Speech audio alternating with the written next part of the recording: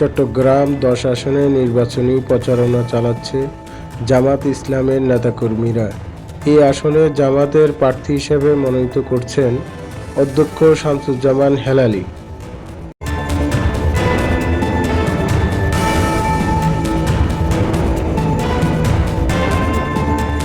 চট্টগ্রাম হালিশহর থানা পাঠানপাড়া ওয়ার্ড আমির নজরুল ইসলামের নেতৃত্বে নির্বাচনী প্রচারণা করছেন।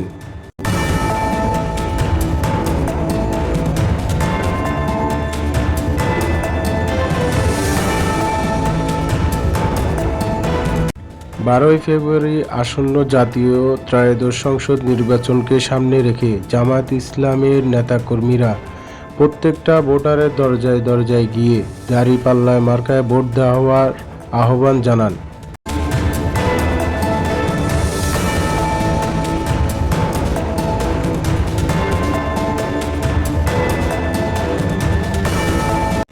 তারা যেন 12ই ফেব্রুয়ারি সারাদিন যেন দাঁড়িপাল্লায় মার্কায় ভোট দেওয়ার আহ্বান জানাচ্ছেন।